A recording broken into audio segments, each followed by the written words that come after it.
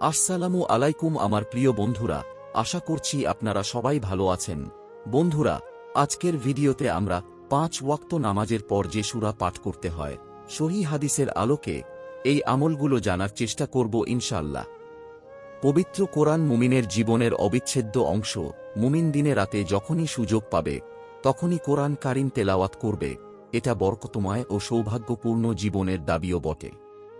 দিন ও রাতের যে কোনো সময় কোরআনে কারিম তেলাওয়াত করা গেলেও বিভিন্ন হাদিস থেকে 5 ওয়াক্ত নামাজের পর বিশেষ কিছু সূরা তেলাওয়াতের তাগিদ পাওয়া যায়।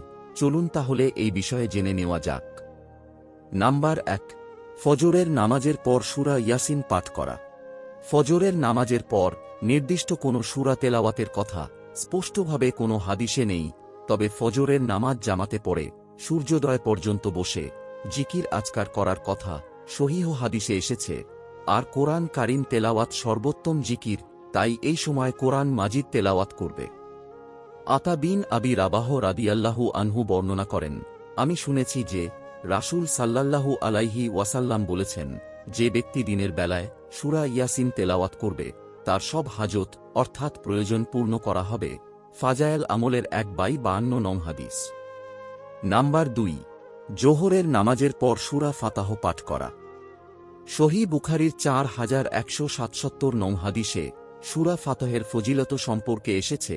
হযরত ওমর রাদিয়াল্লাহু আনহু থেকে বর্ণিত, হযরত মুহাম্মদ সাল্লাল্লাহু আলাইহি ওয়াসাল্লাম বলেন, আজ রাতে আমার ওপর এমন একটি সূরা নাজিল হয়েছে যা আমার কাছে সূর্যালোকিত সব স্থান থেকে উত্তম।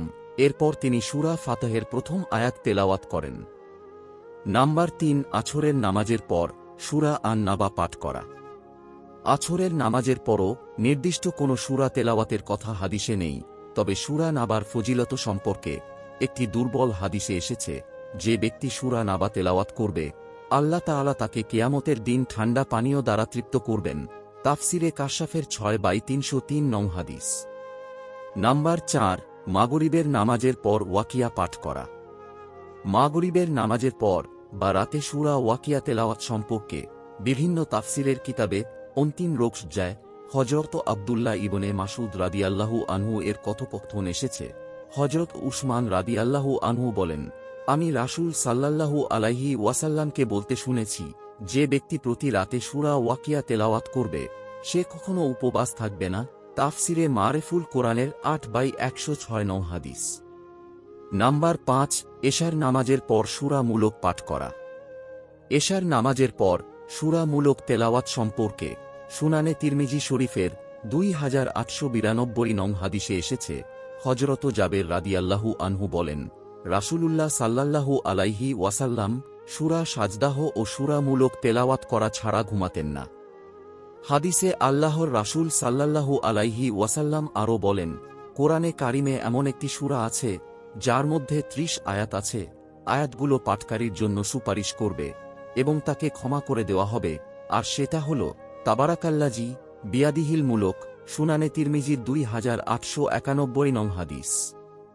হে মহান পরম করুণাময় আল্লাহ রাব্বুল আলামিন, আপনি আমাদের সবাইকে এই আমলগুলো বেশি বেশি করার তৌফিক দিন। আপনি আমাদের সকলকে 5 ওয়াক্ত নামাজ পড়ার তৌফিক দান করুন। হে মহান আল্লাহ তাআলা, আমাদের সকলকে সঠিক বুঝ দান করুন। আপনার দেখানো পথে চলার তৌফিক দান করুন। হে মহান আল্লাহ পাক, আপনি সকল মুসলিম উম্মাকে সকল গুণ অর্জন করার তৌফিক দান করুন। আমিন। তো বন্ধুরা, আমাদের আজকের এই ভিডিওটি এখানেই শেষ করছি। ভিডিওটি যদি আপনাদের কাছে ভালো লেগে থাকে তাহলে একটি লাইক করবেন এবং কমেন্ট করে আপনার মূল্যবান মতামত জানাবেন। আর এমন ধরনের ইসলামিক নতুন নতুন ভিডিও পেতে আমাদের চ্যানেলটি সাবস্ক্রাইব করে পাশে থাকা বেল বাটনটি প্রেস করে রাখুন। তো সবাই ভালো থাকবেন, সুস্থ থাকবেন। আল্লাহ হাফেজ।